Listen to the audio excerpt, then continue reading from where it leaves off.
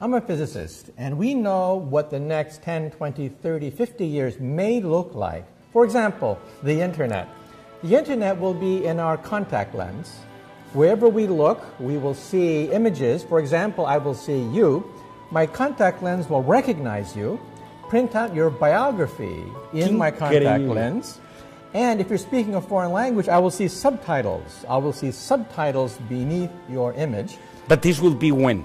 Again, within 10, 20 years now. Wow. We hope to have the internet in our glasses, the internet in our contact lenses.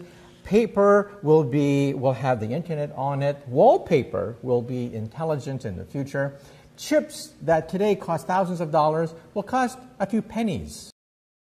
So people who are paralyzed today, can have a chip put in their brain, connected to a laptop. They can now do crossword puzzles, do email, play video games, and they are paralyzed. In the future, we'll be able to walk into the room and telepathically turn on computers, telepathically move objects, all with the power of the mind, because the brain is a radio transmitter.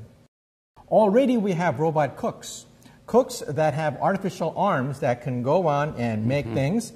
They can make noodles in 1 minute and 40 seconds. Okay? So in the future, you will simply punch the kind of meal you want, a hamburger maybe, and it'll make the meal and give it to you. Invisibility, like Harry Potter, where you go like this and you turn invisible, that could be possible within the next 10, 20 years. Already, at Duke University in North Carolina, we've taken an object like this, put it in a coil, and under microwaves made it disappear. You might be able to travel backwards in time to meet your teenage mother before you're born. And then, of course, you have a problem if your teenage mother falls in love with you before you're born. You're in big trouble. However, we think that perhaps maybe in outer space, aliens have already done it. Maybe our descendants, many centuries from now, can build a time machine. So one day, if somebody knocks on your door and says, I am your great-great-great-great-great-great-great-great-granddaughter, don't slam the door. Transporters, like in Star Trek, where you dissolve and reappear someplace else, we can do that now with particles of light and atoms. Okay. Cesium atoms, rubidium atoms, and photons, particles of light, have been teleported across the room. Particles have, when they're separated, there's like an umbilical cord, an invisible umbilical cord that connects them, even if there's a brick wall in the way. Something, when you move one object, the other twin in some sense is aware of this fact. Now, Einstein hated this idea, and he called it spooky action at a distance. But hey, we measure it every day. It's true. Einstein was wrong. The aging process, we might be able to slow down. First of all, as organs wear out, we will replace them with organs grown from our own cells. Already today, we can grow skin, cartilage, noses, ears, heart valves. We can also grow bladders and trachea.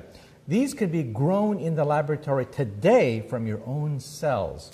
And now we want to find the genes that control the aging process. Right now we've isolated roughly 60 genes that seem to control the process of aging in our body. Our expectation life in 12 years, in 20 years will be what? We don't know. There's no fountain of youth. I don't want to get anyone overexcited that there's a fountain of youth. However, we're getting closer.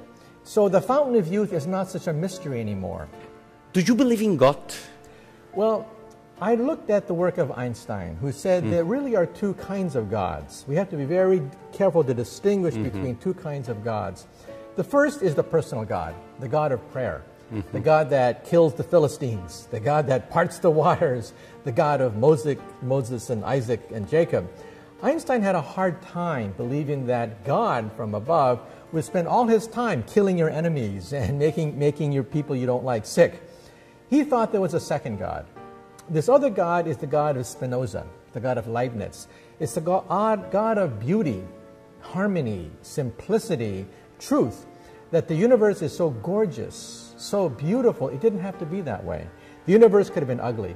Universe could have been random. And yet all the laws of physics can be placed on one sheet of paper. Believe it or not, one sheet of paper contains all the fundamental laws of physics.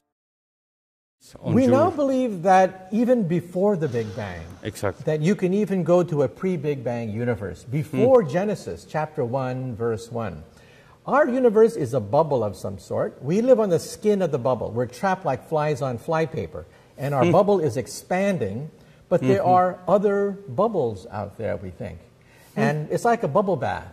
We have universes popping into existence, colliding. This is called the multiverse of universes. When two universes bump into each other, they can create another baby universe. Or perhaps a universe buds, sprouts a baby universe. And that's probably where the Big Bang came from.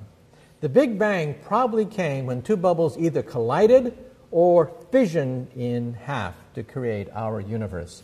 We believe that there was something beyond Einstein's equations, string theory. String theory is more powerful than Einstein's theory. String theory just goes right before the Big Bang. And we will test this idea in the coming years. We are going to send a satellite into orbit. 3 satellites connected by laser beams. Anytime a gravity wave hits the laser beam, it'll jiggle the satellites and record the message. It's like looking for gravity earthquakes in outer space. These vibrations are from the Big Bang, resonating around our universe, even today. We will pick them up, and we will have baby pictures of creation.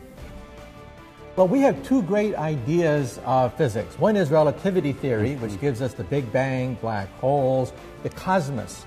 The second is the opposite, the quantum theory, the theory of the very, very tiny. The 2 theories don't like each other.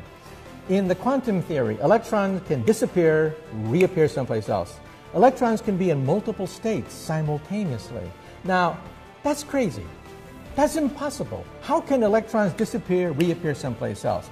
How can they be in parallel states simultaneously? But hey, that's just the way the universe is.